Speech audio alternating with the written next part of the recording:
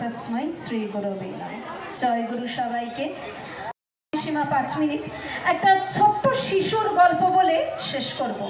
আমার প্রিয় স্বয়ং পরম পিতা পরম দয়াল পরম প্রেমময় শ্রী শ্রী ঠাকুর একদিন আমাদের দেওঘর পুণ্যধাম ঠাকুর বাড়ি সৎসঙ্গ আশ্রমের পার্লারে প্রতি প্রত্যহের ন্যায় রোজকার মতোই তার শ্বেত শুভ্র আসনে বসে রয়েছেন।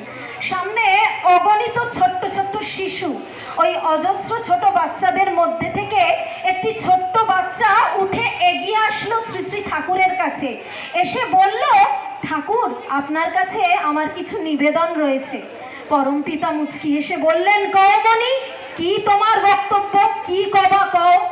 ছোট্ট বাচ্চাটি বলল, ঠাকুর আমি খুব সমস্যায় পড়েছি।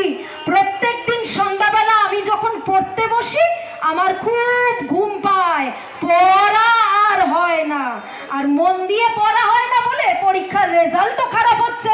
বাড়িতে বাবা মা খুব বকাঝকা করছে। আমি এখন কি করব ঠাকুর?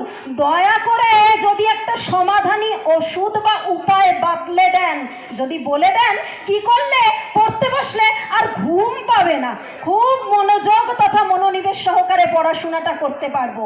আমার রসিক শেখর পরম পিতা ওষুধ বলছেন ছোট্ট শিশুটিকে, ছোট্ট বাচ্চাটিকে কাছে দেখে অত্যন্ত অতীব শিশু সুলভ ভঙ্গিতে দরদি আবেগতাড়িত শ্রীকণ্ঠ হতে পরম পিতা বলে উঠলেন, তা মনি পড়তে বইলে তো ঘুম পায়, ওই সময় সন্ধ্যাবেলা যদি যাত্রা থিয়েটার বা সিনেমা দেখতে কই তাহলেও কি ঘুম পাবে?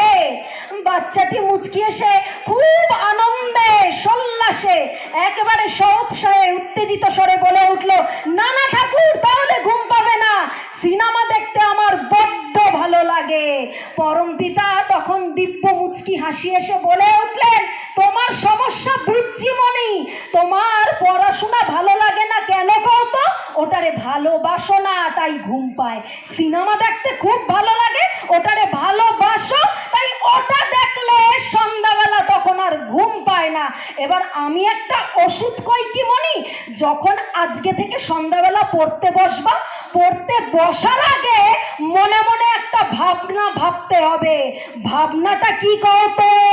ভাবতে হবে, আমি যদি মন দিয়ে পড়াশোনাটা না করি, যদি বছরের শেষে গিয়ে পরীক্ষার রেজাল্টটা খারাপ হয়, সসম্মানে পরীক্ষায় উত্তীর্ণ না হতে পারি, আমার ঠাকুর মনে বড় ব্যথা পাবেন, তিনি বড় কষ্ট পাবেন।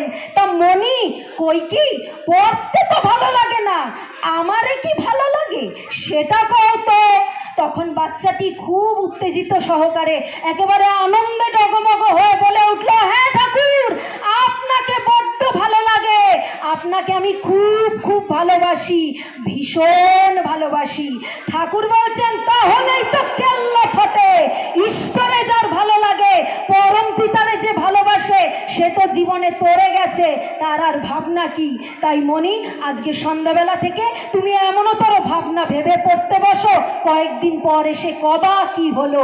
কয়েকদিন পর এসে বাচ্চাটি বলল, ঠাকুর এখন আমার পড়তে কোনো অসুবিধা হয় না, খুব মনোযোগ সহকারে মন দিয়ে পড়তে পারি, পরীক্ষার রেজাল্টও ভালো হচ্ছে, আর পড়তে বসলে ঘুম পায় না। তাহলে এইটাই জীবনের সার বা মূল কথা, ইষ্টের প্রতি ভালোবাসা। আসুন তাকে একটু ভালোবাসতে শিখি, অন্য সব কিছু হয়ে যাবে। যজন যাজন ইষ্টপ্রীতি নাম দেন ডিপি ওয়ার্ক, সমস্ত কিছু হয়ে যাবে। শুধু তাকে একটু ভালোবাসতে শিখি।